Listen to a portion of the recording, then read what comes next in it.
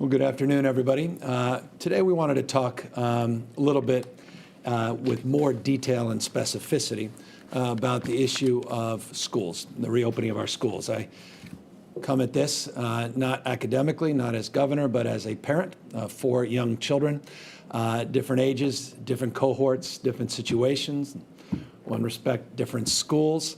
We're having conversations that I know millions of Americans, millions of Californians in particular, are having. These conversations are trying. These conversations can at times be confusing. This is a challenging moment for all of us, particularly parents, and particularly those that are responsible for over 6 million of our kids in our public education system. So I wanted to talk about where we are, what our progress to date looks like, lessons we learned from the spring session, recognition that good enough never is, that everything we're putting out here today we recognize requires even more work, more focus, more energy, and more effort. And so I want to just begin with that as a preamble of deep recognition of the anxiety, deep recognition of the role that we all play on making this school year, modified as it will be, as successful as we possibly can. And I also am very mindful that every single child is unique, every single child is special, every single child has a unique expression. And that means that no two of us learn the same. And as a consequence, this conversation we'll have here today, a conversation where we're going to invite in a number of educational leaders to participate in this conversation, means something differently for each and every person watching. And I'm very, very cognizant of that. And I recognize that our role, our responsibility is to do everything we can to tailor and individualize to the unique needs of families and individuals that we're here to serve. But let me begin with a predicate, not just a preamble, and that is safety is the foundational first approach that we look at, the lens to which we advance all of our decision making. Safety for our students and safety for those responsible for educating and supporting our students. Clearly our teachers, but also we cannot forget our bus drivers. We can't forget our janitors. We can't forget all of the incredible support staff that we also are entrusted to support and protect, to keep healthy. One of the things we did a couple of months back in recognition that we needed to have time to prepare in terms of focusing on preparing the physical environment, because again, our commitment, our default long-term is in-person instruction. The social-emotional benefits of in-person instruction are self-evident. The need to develop relationships, develop connections, to be inspired by a teacher or a magical moment that changes the trajectory of one's life. It is suboptimal to have that experience virtually. That is something I believe overwhelmingly is accepted and recognized. So we are in a suboptimal environment, but with expectation and anticipation that we will go back to the environment that we are more familiar with. We wanted to make sure that our schools had the chance to be prepared in that respect, to have the procurement of PPE, face shields, face covers, thermometers, hand sanitizers, and the like. And I just want to remind you that the state itself, in anticipation of reopening our schools to in-person instruction, has provided already millions and millions of masks and face shields, tens of thousands of thermometers, and 1.5 million gallons of hand sanitizer. I recognize that's not enough, and I'll talk in a moment of what we were successfully able to do with the budget to provide an unprecedented amount of resources to supplement what the state has already provided. But this is important because I want folks to know the state's commitment to provide at no cost to the districts these supplies in anticipation of being able to move in the direction all of us want to move. That said, we're anticipating, based upon the current analysis, and we'll be coming out Monday with more detailed information as it relates to county by county watch list, which is foundational. We'll talk more about that in a few moments as well. But we estimate at this moment at least, over 90% of our students, and you can argue it's closer to 95, 97% of our students are likely to start the school year with distance learning. And that's what we're preparing for. That's what we're disproportionately focused on. That school year has already begun for many, yesterday, today, next week, large cohort a week after. So school year is upon us, and we are now just beginning this journey together on a more robust approach to distance learning in this state. We made this point that schools may be closed, and I've made this point in the past, but class is still in session, that we are committed, we are accountable to continuing to ensure that not only we're preparing our teachers to be great teachers in a very constrained and difficult environment, preparing our students to be at their best, but that we are preparing a broad strategy, recognize that we still have a lot of gaps and a lot of inequities that need to be addressed. And so we will get to some of the details of what we're planning to do in that space in a moment, but I want you to know that is top of mind, and we're very cognizant of our responsibility in those challenges. Accordingly, we've been guided over the course of the last many months by a lot of outreach. I want to thank, and he'll be on phone in a moment, the Superintendent of Public Education, the work CDE, California Department of Education, has done in terms of their outreach, formal, informal, surveys that they've put out, surveys that the state has put out, other organizations, nonprofits, NGOs have put out, really trying to get a sense of where school districts are, where parents are, and where our workforce believes we need to go as it relates to supporting our efforts on distance learning. You'll just see three specific surveys on this slide that represent different times and different questions related to our preparedness. You'll see that first comment, or rather first stat, 96.1% of school districts that reported they were at least starting to provide technology for students for distance learning. This was at the end. This specifically was a survey from May 15th to the end of the school year where we were all rushing to provide for distance learning. But you can see the vast majority, overwhelming majority of districts were moving in that direction. And we want to carry that momentum and all of the challenges related to the closing of that school year and spring session, the lessons learned, want to carry some of that momentum into the fall session. 91% of parents in another survey, this was done in late July, say that they have the technology needed for distance learning. Now, I recognize you get under those numbers. What does that mean? One laptop for four members of the family? That's not adequate. Download speeds that may not be top of class. All of those things are self-evident in terms of our concerns, but you get a sense of where parents at least felt they were as it relates to just basic technology needs for distance learning. But when you get to the issue of confidence, when you get to an issue of more nuance, you can see a smaller number of people, districts, students, and families feel that they have ultimately the kind of capacity, understanding, ability to utilize this technology in a meaningful and more robust manner. And so we talk in terms of bridging the digital divide. It's not just about Wi-Fi hotspots and not just about what you plug those virtual hotspots into. It's also about something much richer, much deeper. That said, we put out new requirements. Not every state did this. In fact, I would argue the vast majority, based upon our analysis of states, have not done this, but California did. We put out expectations, guide rails, with real money, and I'll get to the money in a moment, with our expectations for our statewide requirements as it relates to what distance learning would look like. The reason we were able to do that is we had enlightened leadership in the legislature that was committed to that cause. Obviously, the great support, the Superintendent of Public Education and Linda Darling-Hammond at the school board here you'll hear from in a moment as well. But we were able to have clarity in terms of our conviction that we believe that distance learning was likely to happen based upon community spread of COVID-19 and the background rates. And so we had time to really be deliberative, time to work with the legislature on protocols, processes, on budget language to really condition requirements with funding. So it's really about local flexibility at the end of the day, but with real accountability in terms of minimum requirements. Those include access to more devices for those that don't have them, more connectivity, quality connectivity, daily interaction. Look, as I said, digital, or rather distance learning, is suboptimal.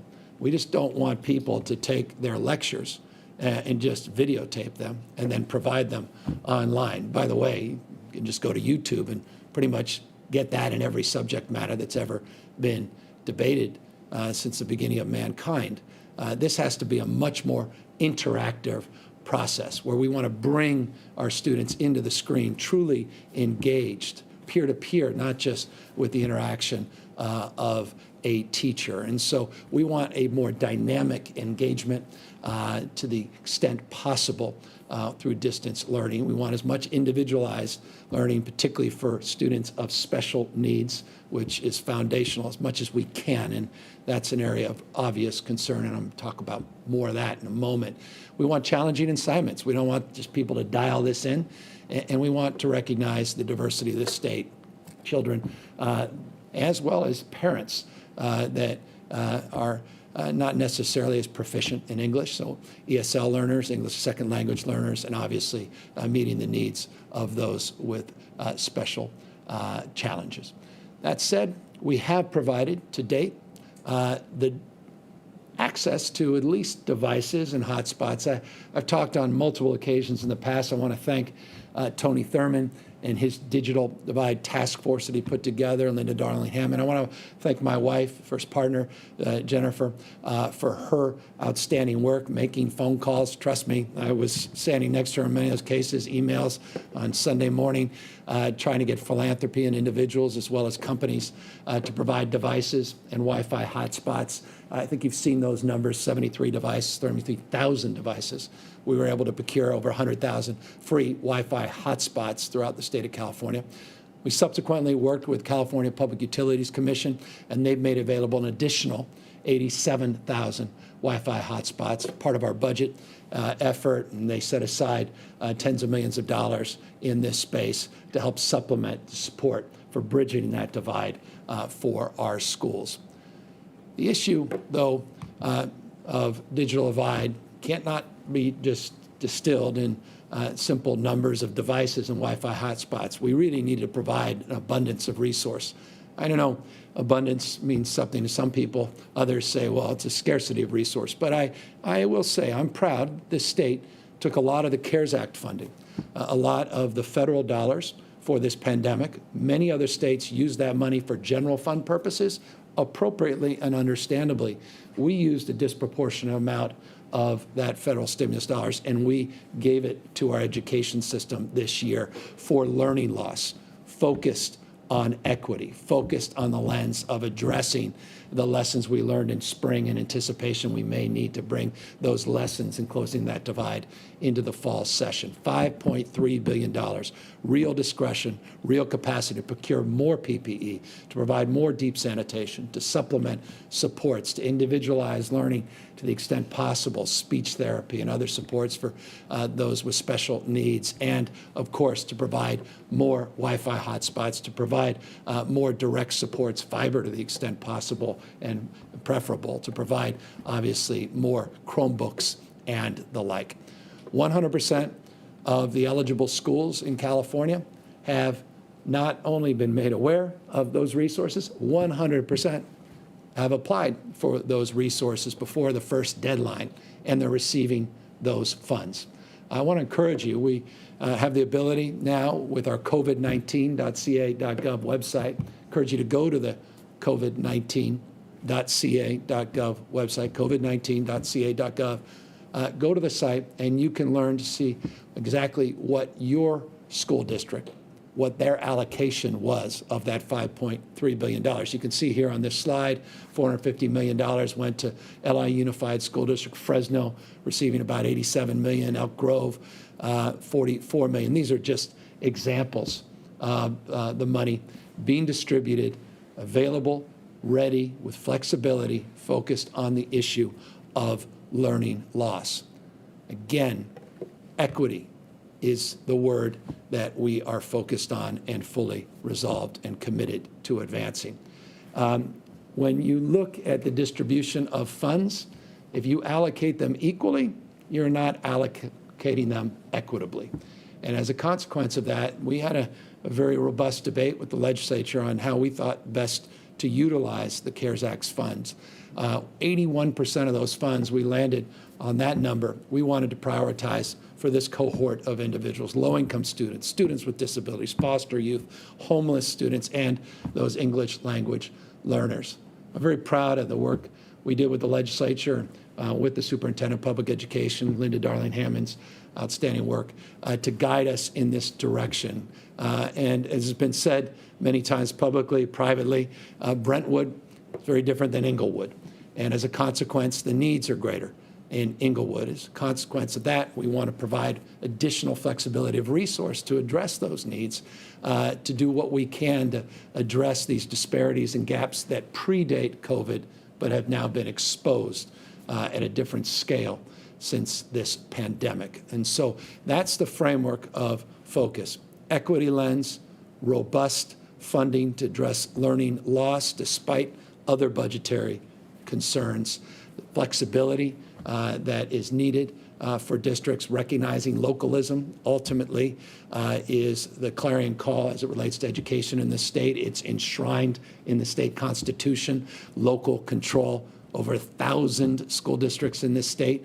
So it truly is bottom up, but bottom up this year with guardrails and real money and real expectations in terms of the supports that we expect to see. With that, I want to just express my deep gratitude for the support we have received as a state through his leadership. It has been demonstrable throughout this pandemic. Tony Thurmond has been not only an advocate in his role as Superintendent of Public Instruction in the state of California, but he's an incredible partner to the state and state agencies in his ability to convene people, his ability to work with local districts and do the work that his task force has done, including key legislative leaders. I want to thank them as well for their support and participation. Has helped us not only procure and identify the capacity in terms of philanthropy and more devices and Wi-Fi hotspots, but to do something else. And he can, I hope, talk to this, but please, Tony, talk, he's on the phone, about more broadly your feelings about where we are and where we're going together. But I did want to just acknowledge your work, and I pointed this out. Tony, you may not be able to see this on a slide. The work you did with Apple, T-Mobile, Office Depot, we put out Staples, they all deserve credit, Edison, that have set aside hundreds of thousands of devices for California schools. That may not seem that interesting or even impressive, but there's a global demand for supplies, for Chromebooks, and for equipment for education. I don't want to say it's equivalent to the PPE stress that we all had early on as it relates to supplies, but supplies are constrained and they are not as abundant as they once were. And I just want to thank the superintendent for working with these companies to set aside and prioritize the access of quite literally hundreds of thousands of these devices for our school kids. It's a perfect example of something that may not have gotten a lot of attention, but was a lot of work. And he led that effort, as well as making a point that we followed up on. It's this last point on this bullet. And Tony, I'll turn it over to you right after this.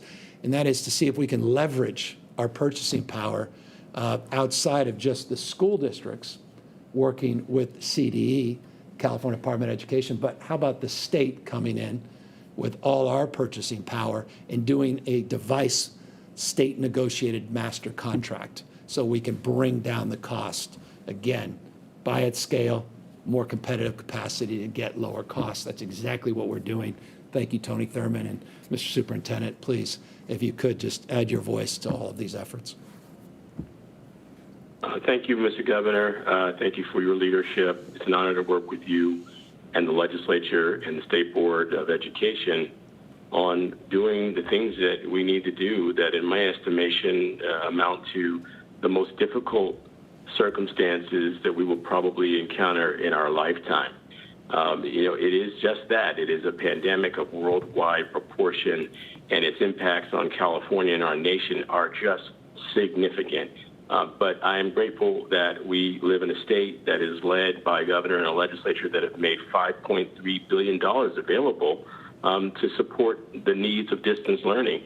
Let's face it, 97% of our schools or so are in distance learning, at least to start, as a way of being safe, until we know if the conditions will change to allow what we know all of our students need, in-person instruction. But until we get there, we open in distance learning. We promote. We approach this with safety. It is so important to have had those resources. That $5.3 billion is just incredible. Thank you, Mr. Governor. Thank you to the members of the legislature. Like the governor said, we approach this in our work, but we also approach this as parents. And I want to, I'm also a parent of California students. I just want to acknowledge first how difficult this is right now. And in spite of how difficult it is, everyone is leaning in. I mentioned our governor and legislative partners. I want to acknowledge students and parents, teachers, principals and superintendents. Everyone is just leaning in to figure out how to make this happen. One thing that I've noted is that for every piece of guidance that any of us puts out, the pandemic is constantly changing, and we've all had to be constantly changing. The governor does these press conferences on a regular, is always giving new updates. We've tried to provide updates to the field on a regular basis, but our parents and students and educators are constantly adapting. The beginning of school is always a time that's both exciting and filled with anxiety. I would say that that's mounted to a higher level now because so much has gone into preparation for months. We've all been providing guidance, but the pandemic changes, so then we have to change the guidance. So things are just moving. I just want to acknowledge that. This is a difficult environment to work in, but I want to applaud the resolve and resilience of everyone, students, parents, educators, administrators, all leaning in together. Our county superintendents are so important to this process. They convene regular meetings of all of our 1,000 school districts. It has taken just that entire partnership to get where we are. And where are we? Schools have opened in some districts, and many are poised to open in just a few days. In many cases, the resources are there, and in some cases, we're still scrambling to get resources together. But we're all leaning in because we recognize that we can do more together. On the issue of devices, as the governor points out, is critical. We prefer to be in an environment where students have computing devices and connectivity. We've worked with Apple and T-Mobile to connect them directly to districts that are still looking for devices. For those districts, we want to remind you that you can use your learning loss mitigation funds to purchase those computing devices at a discounted rate. These devices are internet connected, and they also can work across all platforms, regardless of whatever platform the district uses. As the governor has pointed out, there is a run on supply worldwide. There just aren't enough computing devices, but Apple and T-Mobile have prioritized devices. Staples and Office Depot have prioritized the devices for our schools. Our team, Mary Nicely, in our office has really worked with our districts and our school associations to identify where the need is. A number of companies have come forward. I want to acknowledge PG&E, who's making a contribution to support some school districts that are in areas that have been underserved and need computing devices. We'll have more information to announce there. We know that there's been a digital divide, but our effort is to provide technology during the pandemic and to use the Digital Divide Task Force to once and for all close the digital divide. We're focused on the short-term needs, but also keeping our eyes on the long-term needs that we know that we have communities in residential and rural communities that do not have access to broadband. They don't have the infrastructure, and I know that there are proposals in the legislature to do so. As the governor says, we need federal support to support building that infrastructure. We need resources for our schools, and so that's where we all are. We're leaning in, and I like to say that we should just focus on the three buckets that I think are probably the most important in my estimation. One is safety. I appreciate that the Department of Public Health and the governor have given us a metric for when schools should be closed. That metric is really clear. If you're on the watch list, and you haven't been off for 14 days, that's a really clear metric, and I think that's important. I know there's still lots of questions about, how guidance is going to work for any waivers and things of that nature, and I think we're all, as a field, trying to work through those questions, but that's a really clear metric that I like to point to. Safety has to be our first priority. I think as we think about safety, we also have to think about the social, emotional learning needs of our students, and that distance learning mitigation fund that the governor talks about allows schools to get counseling resources. We've been working with school districts to maximize Medi-Cal dollars, and I've created a counseling coalition to help address the needs of our students. That's got to be our top priority. You're going to hear us talk a lot in the days and weeks about helping districts improve their family engagement work and providing more professional development for educators on how to do distance learning at a high level. Department of Education is going to be putting out more guidance. We've worked closely with the state board, with CTA, with a number of educator groups, with school districts to get input on what that guidance might look like, because we know that live instruction is important. We're not saying that kids need to be on computers all day, but we know that students do better when they see their teachers or their one-to-one aides in a live, a live instruction format. That's important to their social emotional well-being. We want that to be balanced. We know that educators are worried about the circumstances that they're headed into, and we want to be cautious. Again, safety, social emotional learning, and then we just have to continue to talk about learning. These circumstances are not ideal that students are returning to school in, but students continue to learn even under these conditions. And we've got to make that a priority and to make sure that we offset any learning gaps that may have resulted when we first moved into distance learning. We know that there were bumps, but I'm grateful that when we moved into distance learning, people put safety first. And there was no playbook to do this. We know that at times there were bumps. We're learning from that now, and we're using that learning to make sure that we guide the next round of distance learning in a way that is balanced, that is thoughtful, and that offsets any learning gaps, that prioritizes equity. And you've heard the governor talk today about resources that districts can use to balance out their distance learning with equity as a lens. These are clearly uncharted waters. These are times where we don't know all of the answers, but there are some things that we know. The governor says it all the time. Wear a face covering, and that'll help to keep us safe and flatten the curve.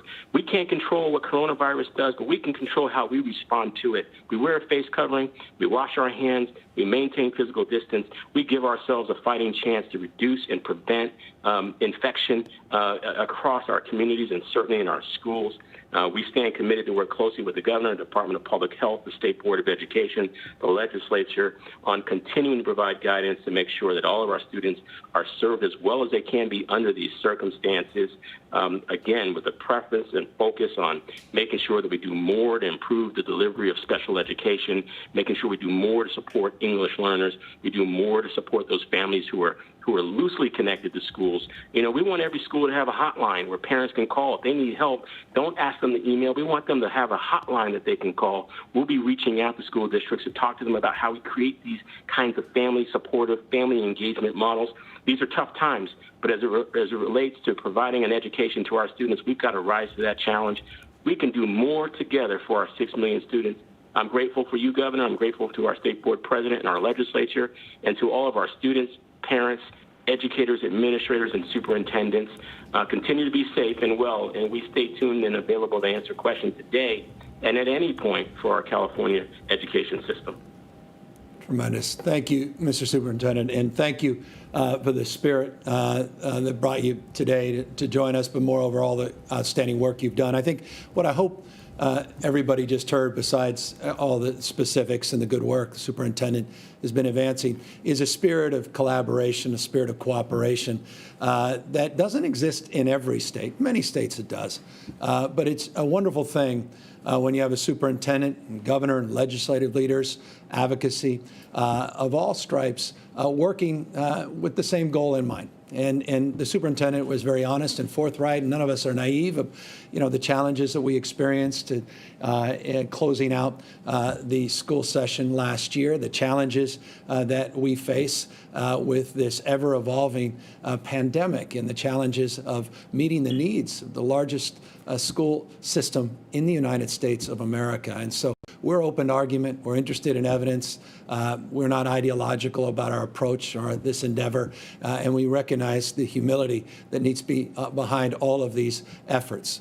Some will do as designed and intended. Others will have unintended consequences that we need to own up to and address in real time. But we're condensing decades of conversations in just a few months. And in that spirit and in that light, I want to just pick up a little bit on what the superintendent just said as it relates to the work that we need to do more broadly to support and secure technology and access and address the digital divide for the state of California and for the future of our state, to support our parents, to support those teachers that may not need those supports for academic purposes, but need them for economic and other purposes. One of the reasons Tom Steyer agreed to co-chair our Economic and Jobs Recovery Task Force was his desire and his commitment to address the digital divide once and for all. He made a point, which was very resonant with me, is we've been talking about the digital divide for the vast majority of our lifetime. We want to move past this and have the digital divide in our rearview mirror. And while schools are foundational in those efforts, we also need to broaden this agenda. And so with that, I'm very pleased that Tom joined us here today. He's going to update you on the work of the task force, the work that he's done with internet service providers and others. And I'll talk in a moment about an executive order we're putting out today based upon his advocacy, based upon his leadership. Tom Steyer.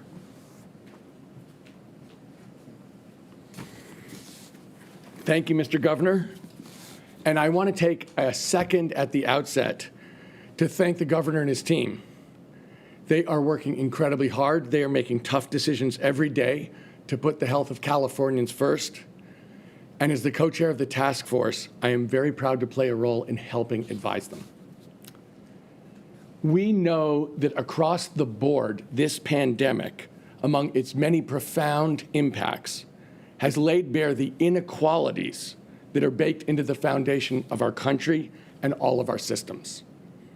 One specific example is that too many families, mainly low-income families of color, are without quality internet service. The task force, as the governor said, has been focused from its inception on collaborating to help close this digital divide.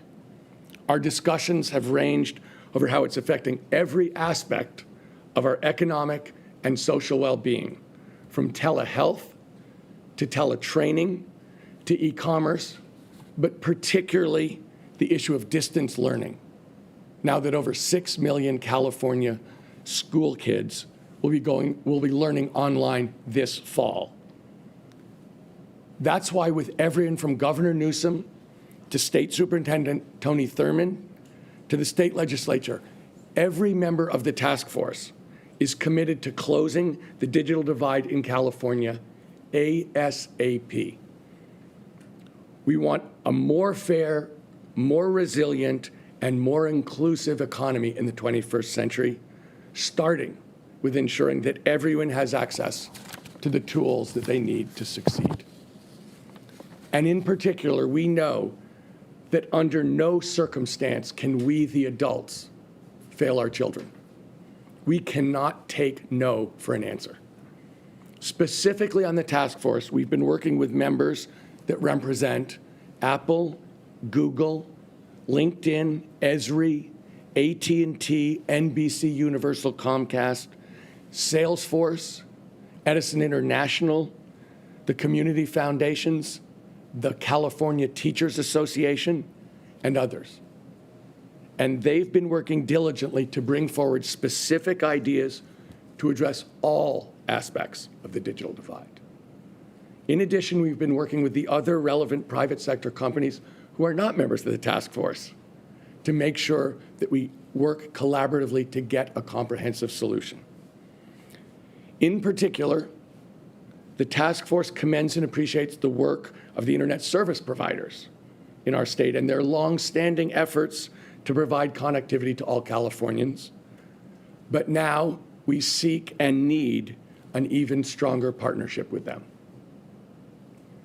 During this time of distance learning and COVID-19, the internet service providers should and must increase their outreach regarding their affordable plan offerings, help deploy near-term connectivity solutions, as well as ensure that financially insecure families remain connected. We're also looking at a number of ways to provide technical support, including leveraging the community-based programs that are already working to advance digital literacy in our communities, and finding community volunteers to provide real-time assistance to people trying to learn online.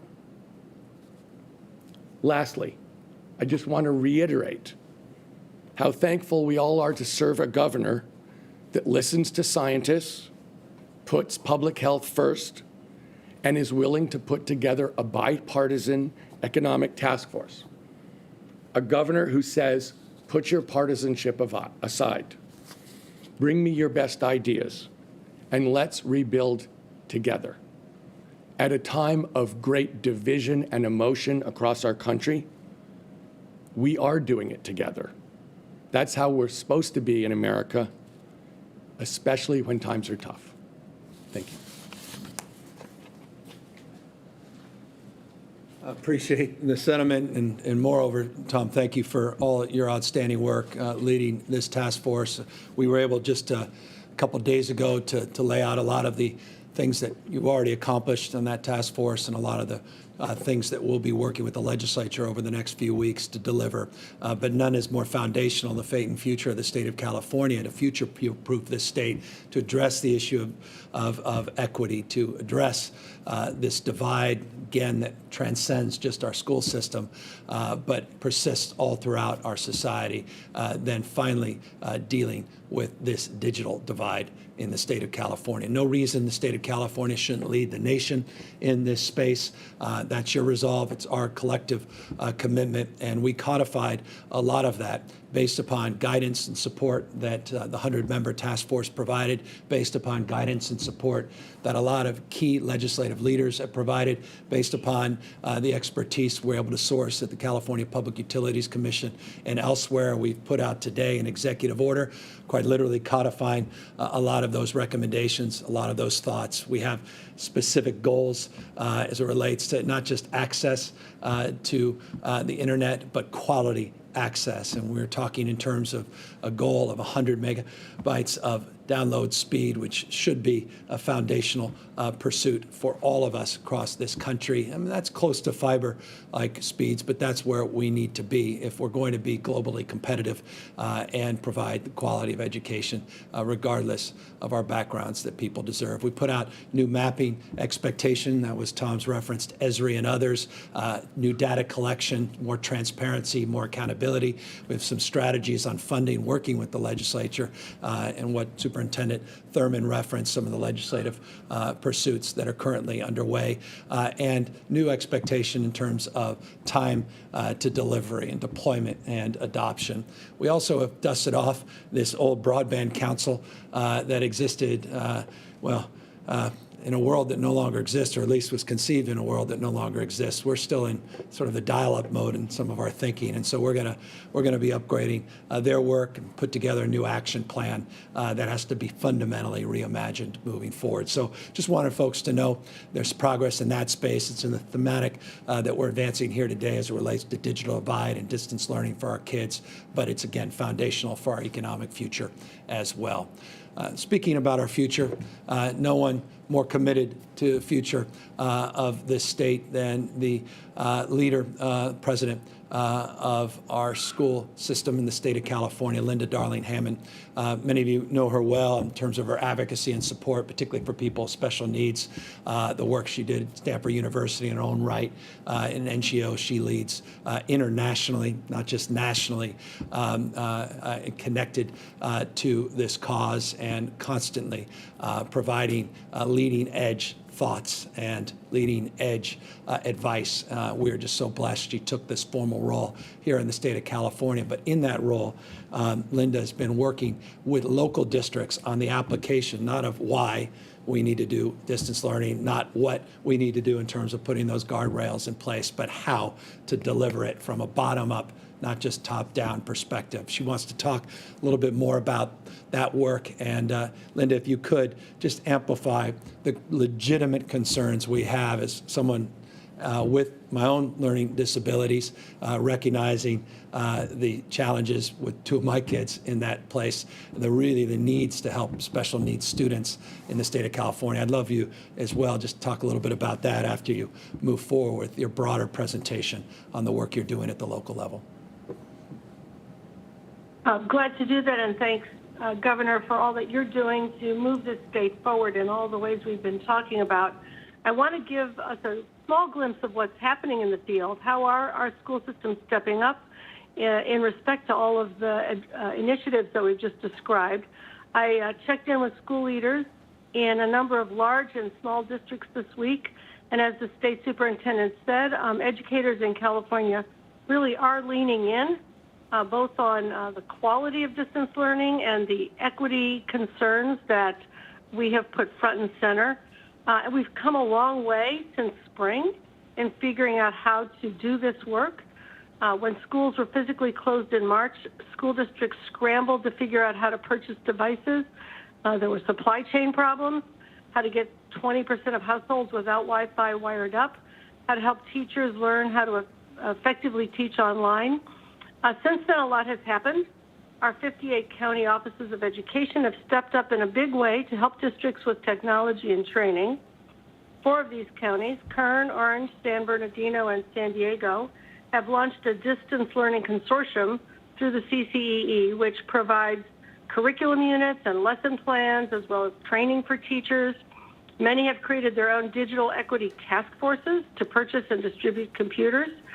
The California Department of Education and the California Collaborative for Educational Excellence have been providing guidance, toolkits, webinars, and professional learning opportunities, as we heard. Districts have spent the summer gearing up to ensure quality and equity in distance learning.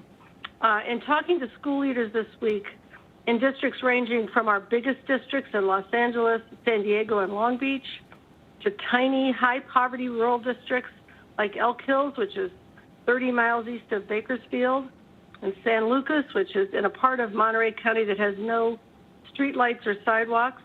I've heard how all of those districts have ensured that 100% of their students can have laptops and hotspots in settings ranging from households to homeless shelters.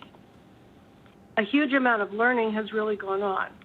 San Diego and Elk Hills held focus groups with parents to learn about what worked and what did not work last spring, what families need. That guided their plans for common online platforms and instructional approaches in the fall. Los Angeles learned more about how to offer effective online instruction by offering summer school to all, and more than 100,000 students showed up, studying reading and math, of course, but also music and the arts. Thousands of them took guitar lessons with instruments donated by Fender Guitars. They've got another 2,000 coming this year because they're committed to having the arts side by side with math and social studies and science and English language arts in their curriculum. I heard from all of these districts how schools are organized to ensure that students will have daily face-to-face instruction covering the core instructional areas, plus PE and the arts in large and small groups and in one-to-one settings where those are needed to meet special needs. And every one of these districts had really thought through how to get services, wraparound services to students with special education needs, even online, but they're interested as soon as it's made viable to bring small groups back face-to-face. The staff have learned how to use platforms and Zoom breakout rooms and chat boxes and how to work more effectively with parents and students in these virtual settings. In San Diego, parents and students, along with teachers, will have professional development at the start of the school year, August 31st for them. They'll all learn how to engage daily in the online learning and the project work that is going to occur in each of the subjects, as well as how to access teachers during their office hours for one-to-one problem solving. In Los Angeles, school starts next week. In addition to the daily classes in all their content areas, students who are in need will be able to access free online tutoring to anyone who needs it. In Long Beach, starting September 1st, the district has more than enough laptops and hotspots for every child. The courses are planned and ready. And as was true last spring, they've identified excellent teachers who do a terrific job of distance learning, who are offering classes in specialty subjects online. As many students as want to can come. Last spring, some of them drew over 2,000 students, and some will be offering demonstration lessons online for other teachers who want to learn their approaches. In Elk Hills, school started this week. 100% of students were connected and in attendance by day 2 of classes. This district has overhauled all of its curriculum plans in the subject areas to use technology to accelerate learning. They've got social emotional learning leading off every day, and that's also common across these districts.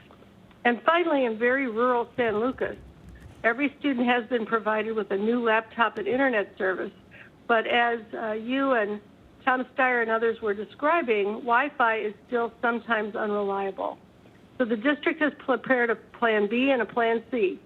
If the Wi-Fi fails, the students can call in to join the class and talk to the teacher. Students also have paper backups for backup if they can't get through online. Every week, the staff will convene to figure out how to reach any children who are not able to engage that week, including making socially distanced house calls. They've got a mobile science lab that will provide free brown bag science projects. Every week, they'll offer reasons to come to school, ranging from Music Mondays with dance videos to Travel Tuesdays with virtual field trips and Wacky Wednesdays with silly dress options and crazy hair days for online meetings with prizes from local organizations. So everyone is leaning in. The creativity that our educators are showing in addressing this moment and in keeping equity front and center in this work is encouraging. We'll certainly encounter more challenges, but California is learning how to do this work.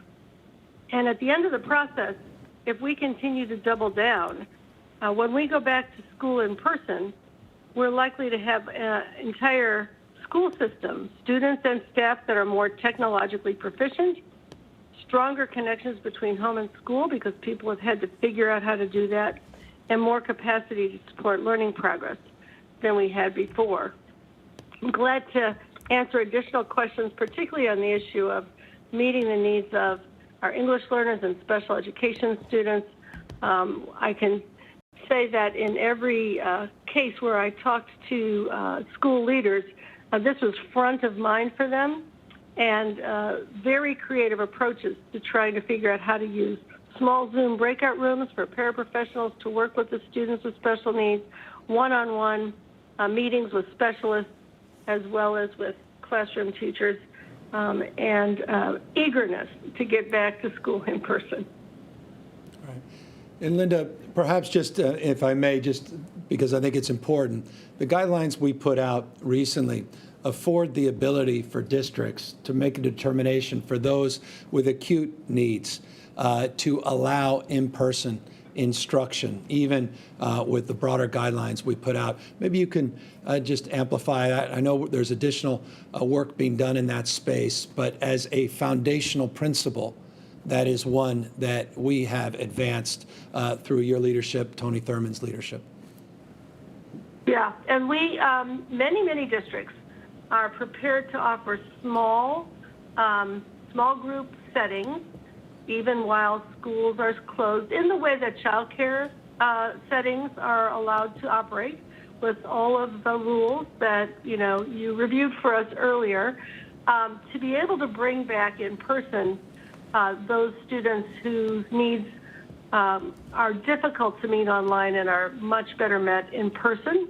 We are working through guidance with the California Department of Public Health that should be released this coming week that will allow school districts in collaboration and consultation with their local public health department to convene these small groups of students in safe ways that allow their needs to be met in person.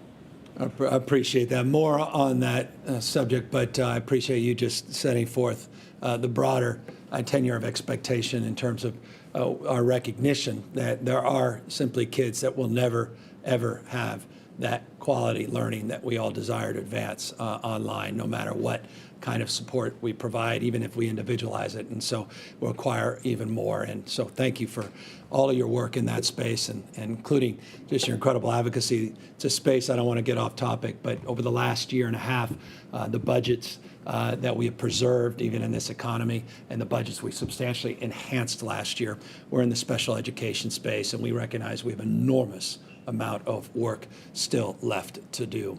Again, as I said, closing things out, bottom line, learning is non-negotiable, but neither is safety. With that, let me briefly go through the issue that brings many of you to these press conferences and quickly update you on the latest number of positive cases that we have brought in since August 13th. You'll see a number there of 7,934, as was the case on Wednesday. Before you jot that number down, consider that this will be the last day we will have to report backlogged cases related to a backlog that many of you are very familiar with. Of the 7,934, 4,429 are backlog cases, putting our new case number today at 3,505. So this was the day we committed to reporting out our efforts to clean up that backlog, bring all the positive cases related to the backlog of total cases, roughly 295,000 cases. A lot of those will be deduplicated, and roughly 20,000 positives in that cohort. On Monday, we're going to break down by county a detailed list so people will have, with clarity and precision, every single number, again, on the county-by-county basis. But this completes our efforts, 100% of our efforts to address the backlog, to update our case numbers, and that's exactly what we're doing here on this slide and on this slide. Our positivity rate now in the state of California averaging 137,000 tests a day. And I'll repeat that. We're averaging 137,000 tests a day, 188,000 a few days back, 111,000 that came in yesterday. Averaging 137,000 cases. We have a positivity rate, percentage of people that test positive for COVID-19 versus the total number of people that were tested of 6.2% over the last 14-day period. Last time I presented the positivity rate, it was at 7.0%. Today, at 6.2%, moving as we asserted a few weeks back and certainly asserted last week in a positive direction. You could see here, and you unpack this, the 14-day look at the positivity rate, see where it was even pre the last presentation at 7.0, over 7.3, dropping down, stabilizing, bouncing around a little bit in the last 7 or so days. Not surprisingly, and in accordance with trends that we have presented consistently over the course of months, positivity rates, hospitalizations, ICUs, having a relational construct here. Hospitalization numbers continue to decline. 14-day number, 19.9% decrease, 20% decrease over a 14-day period. That's an encouraging sign. I remind you, as I always do, this is total number in the aggregate. None of us live in the aggregate. Each and every one of you lives somewhere, to the extent you're watching this within the state of California, somewhere in the state. Hospitalization numbers may vary, may be very different in terms of outlook and concerns for you. That's why we have a county monitoring list, reminding you the state's population is larger than 21 state populations combined. But in the aggregate, the state of California has experienced a roughly 20% decrease in hospitalization patients that have identified COVID-19 in the last 14 days. The last slide presentation, last Monday, you saw numbers as high as 9% total capacity in the hospital system, bed capacity filled with COVID-19 patients. We're now at 7%. ICU admissions down some 14.3%, roughly 14%. Basically tracking where hospitalizations are. That's an encouraging sign. We need to see more stability. We need to see that line continue to bend in this direction. We're not out of the woods. Do not take that snapshot, by the way, of 33 or so hundred positive cases to assume anything. The trend over a 14-day period shows a much higher number than that, but we are seeing a trend nonetheless that is moving in the right direction because of all of your outstanding work. Thank you to everybody watching. Thank you to 40 million Californians and those that have really done their best to be responsible not only to their own health, but to their friends, family, loved ones, in the broader community and the society we're trying to rebuild after this pandemic. Care capacity in the ICUs down to about 20% from 22, 23. And so you see that reflected in the pie chart. Again, encouraging numbers, putting a little less pressure on the system, but again, that pressure persists in certain parts, certain regions of the state, disproportionately now, as we've been very clear about in the Central Valley.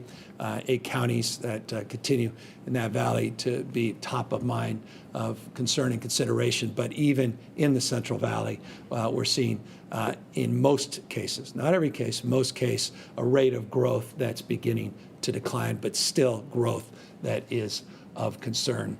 As the superintendent said, I don't have to always say it, please wear a mask, continue to physically distance. These are rules and guidelines that we put out within our education system when, not if, we reopen for in-person learning.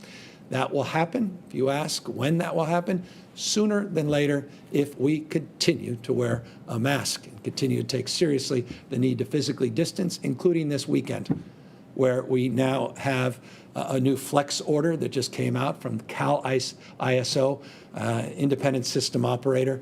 That basically means those are the experts as it relates to energy consumption in the state. They wanted me to tell you that this flex warning that they put out today means it would be helpful to the entire electrical delivery system in the state of California if you can, to the extent warranted and possible, reduce your electricity consumption between the hours of 3 and 8 p.m. We're seeing triple-digit temperatures. I think I read they're anticipating Death Valley temperatures to go to a record of 127 degrees. That's in our state. That's not some distant land overseas. The next 7, 8, 9, 10 days, we're going to experience record-breaking temperatures, as the case in any jurisdiction on the globe. That means we can all do well just to be thoughtful about our electricity and energy consumption. So if you wanted to remind your kids when you walk out of a room to turn the lights off, this is the time to do it, particularly between the hours of 3 and 8.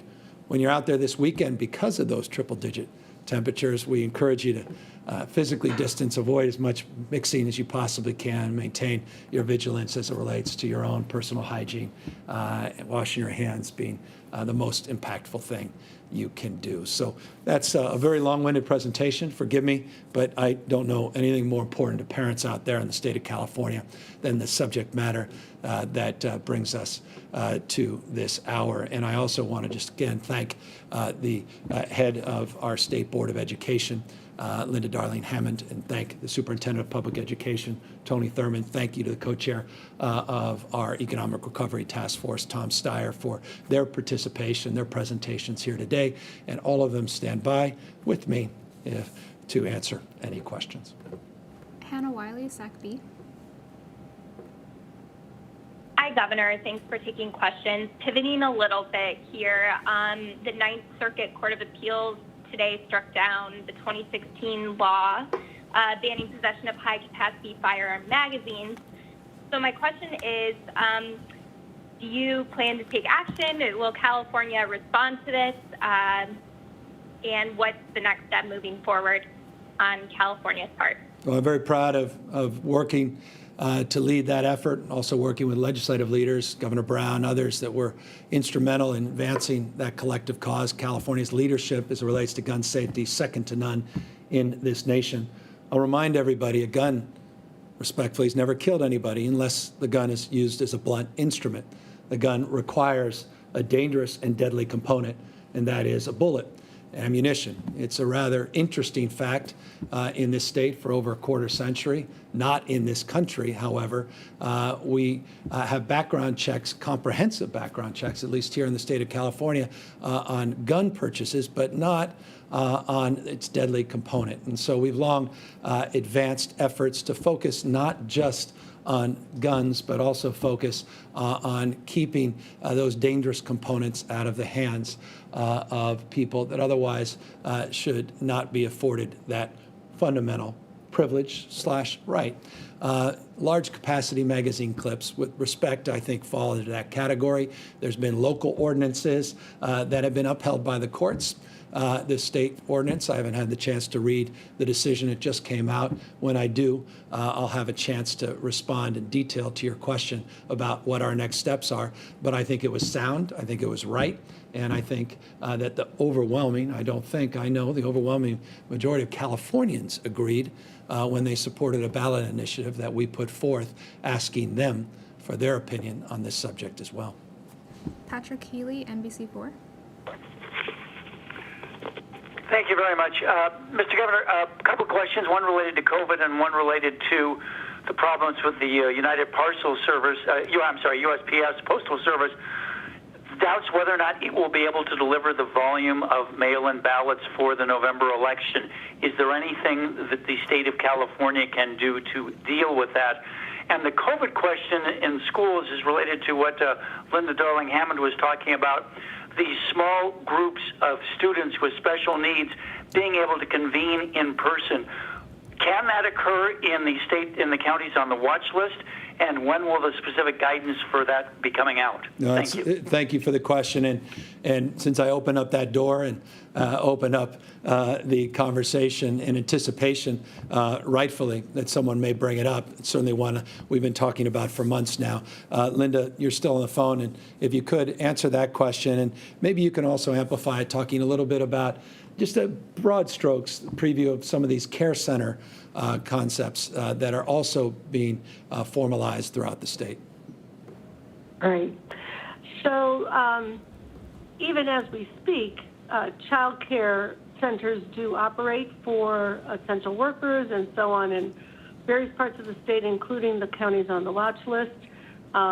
Those guidelines that have been created can be developed further for similar kind of convening in school districts that are on the watch list, counties that are on the watch list, to convene very small groups that are in small cohorts that do not interact with other cohorts, that are able to work with staff, on particular kinds of learning.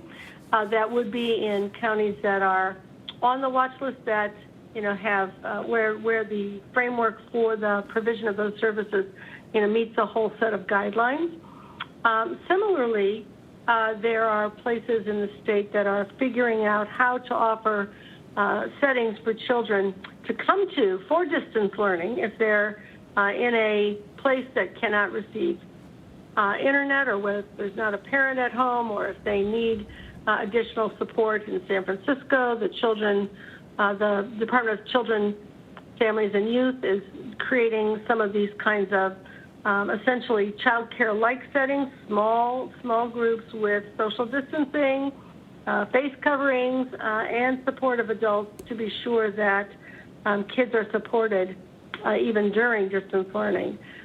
So that, as I said, is something that's being worked through in terms of the guidelines, and will be available probably within the week for consideration by school districts. Appreciate it. The question is a very sensitive one and very poignant and personal one for hundreds of thousands of families in this state. And so I appreciate, Linda, you're illuminating a little bit more about what's already happening in this space, but moreover, some of the more specific prescriptive guidelines we'll be putting out. Again, a lot of pressure, a lot of anxiety on parents, on students. These kids are kids themselves, and our teachers and paraprofessionals and others. And I just want to say to all the teachers and paraprofessionals, thank you. Thank you for working through your own anxieties, your own fears, your own concern about your own personal health. Many of you have kids yourself that need support in addition to the kids that you are supporting every day in our virtual classrooms. I know all of you got into education for equity purposes. Overwhelming majority did, to right wrongs, to address the issue of social mobility, and care deeply about learning disabilities and learning differences and the needs, the special needs that so many of your students have. So again, a lot of work being done, a lot of anxiety in this space, and know that we've got a good team, Linda and her team, and of course, great work of our superintendent that are resolved for the long haul to address these issues. Let me just quickly address the issue as it relates to what's happening or not happening with some of the sabotage that's clearly intentionally being done to our postal delivery here in this country. This is going to impact not just elections, it's going to impact your ability to get quality care in terms of your prescriptions, to get information, to be able to correspond with loved ones and the like. Vulnerable populations disproportionately being impacted because of their utilization of our postal system. I haven't experienced this in my lifetime. I don't know that any of us have, the weaponization of sorts of our postal system. Here's an answer to your question. I am not a member of the federal government, but however, as a federal taxpayer, I demand and expect more of our country, and that first needs to be called out. I'm not alone in calling that out, and I don't know that this, by any stretch, is even a partisan issue. I think vast majority of us, regardless of our political stripes, would assess the situation accordingly and assert, I think, similar sentiment around legitimate concern about sorting systems vanishing, around concerns around just basic, fundamental, life-saving delivery that has been part of our proud history as it relates to our postal service. It's Americana, it's apple pie, and I'll throw in baseball. That being said, it relates to the issue of what the state can do. Let me tell you what we've done. I signed 2 executive orders a number of months ago to jumpstart the process, working with our Secretary of State, Alex Padilla, on mail-in ballots. Mail-in ballots are well known and well utilized here in the state of California. Increasing numbers every election of people using absentee ballots, which are mail-in ballots, very effectively and very safely. The numbers increase every single year, but not everybody wants the benefit of a mail-in ballot, even in a pre-COVID environment. They want the in-person experience. There's something that is very touching and emotional about that. I'll be honest, that's my preferred source of voting. There's something about Election Day, bringing your kids, as I have last few times, and sort of teach them civics. That's deeply emotional, and it attaches very deeply very deeply in my memory from the first time I was able to vote. We want to provide those points of access as well. And that was a second executive order I signed, to provide access points for drop-off that is not just to the Postal Service, drop-offs of ballots that you may have filled out at home but want to drop off in person, provisional ballots and the like, and the work that obviously needs to be done for people that otherwise are not accessing or cannot, for other limitations and challenges, the absentee or mail-in ballots. Those 2 executive orders were codified, thank you to the leadership of the California legislature. They passed 2 pieces of legislation, and I recently just signed them to double down on those commitments, but we also did this. We have a provision that allows 17 days to collect ballots. If it's postmarked, we will give the ability for our registrars to get those things collected and, moreover, certified, but over a 17-day period. We thought that was important with all the uncertainty of COVID. We didn't realize how prescient, not just important, that now appears to have been with what has happened with some of what I would describe almost as vandalism of our postal system. And so I hope this is a temporary moment.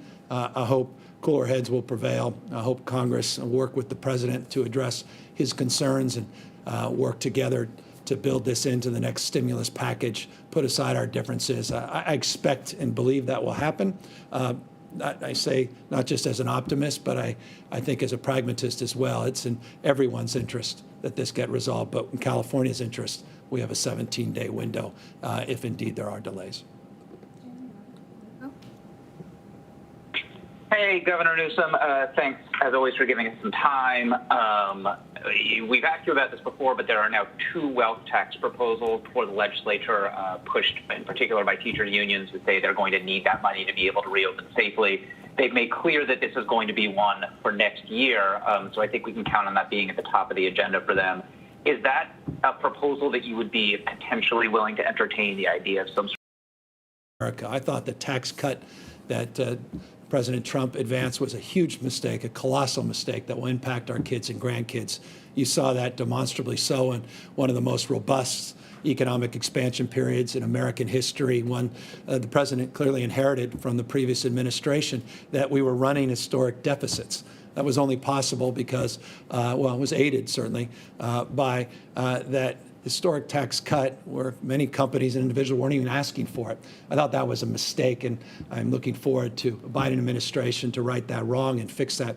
I think at a state level, it's a way of long-windedly making this point, you have to be careful about taking national constructs, which may be appropriate for a nation, and having state-by-state constructs until and unless you consider the impacts of those decisions on your ability to retain and attract talent, individuals, companies, and your competitiveness. Everything needs to be considered in that light. And I would encourage those that are making proposals in this space to consider those impacts in relationship to what may or may not be happening in other parts of this nation. So for me, the issue of taxation issue is, for me, one where, as a federal construct, it means one thing. As a state and even at a local level, one has to consider the impacts of these decisions in terms of our competitive environment, in terms of all of those factors as well. Corin Hoggard, ABC 30. Good afternoon, Governor. We have a fairly sizable private religious school here in Fresno County that opened for in-person instruction yesterday, then got a public health officer order to close, and yet they opened again today despite that order. So can you talk to us about the consequences for that, both from the public health perspective and also the legal perspective? Yeah, I mean, I grew up, I had the privilege of at least a moment of education in Catholic schools. We were taught to respect rules and regulations, and so I'm disappointed, obviously, that they're not abiding by their local health officer, whose purpose it is simply to keep people healthy, keep people safe, not only the kids, but the leadership of that school and others. So by definition, I'm disappointed in that, particularly as someone who grew up in the church and has profound reverence, not just respect for its teachings.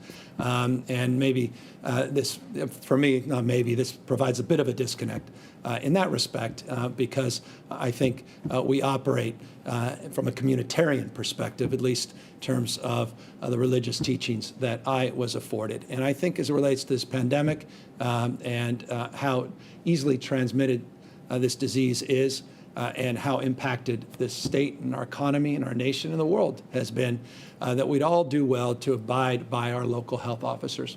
And so the system we set up was designed exactly as it's now operating. The local health officer doing the right thing to the extent that this school, unfortunately, is choosing not to model good behavior in doing the right thing. And to the extent that the county will be involved and to the extent the state needs to be involved, we'll consider that.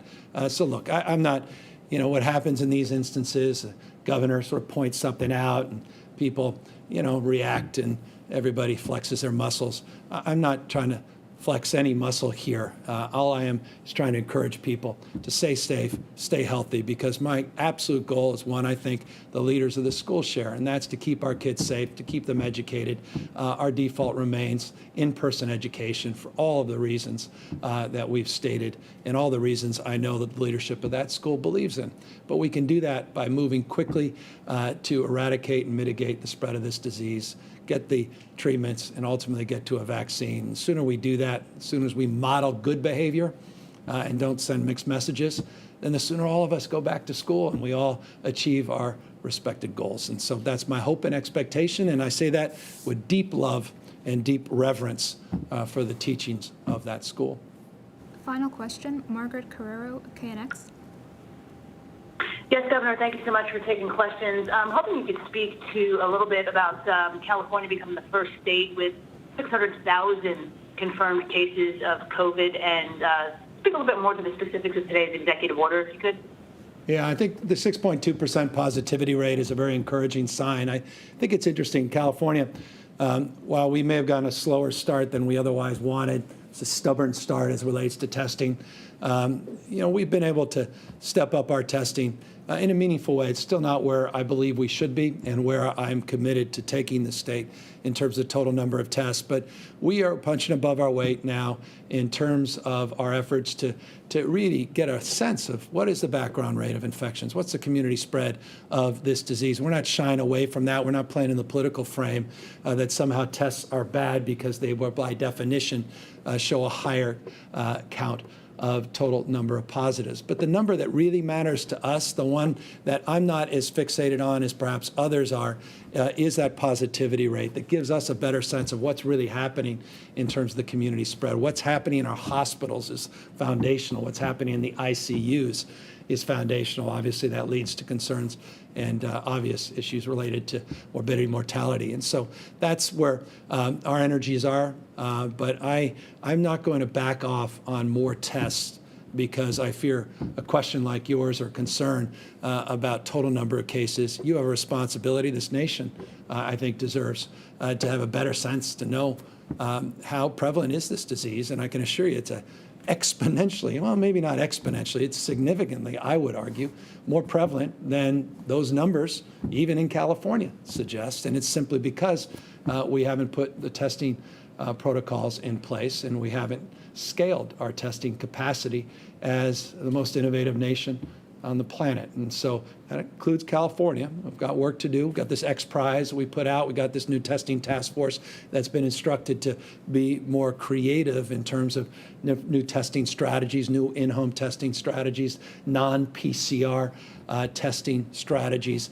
And we'll be looking forward to announcements in that space, or I hope you'll look forward to them very, very soon. So that's it broadly on a nutshell. You'll see the executive order. Forgive me, I don't want to belabor this, but we have that executive order. It should be up online and available to you. It's multiple pages. You'll see the details in the executive order in terms of this Broadband Council and some of our new goals and expectations on 100 megabits and bytes rather, and other strategies to improve and expand our efforts that Tom and his team have been working on for many, many months. So that's a long day for all of you that have been tuning in. Thank you for privilege of your time and attention. I want to thank my team, Ben Cheetah in particular, for all his hard work in terms of the education guidance, and Dr. Pan, who's with us today, and her outstanding work working with the counties. They'll be working overtime this weekend to clarify any final details. So we really wanted to get that presentation to a point where everybody's 100%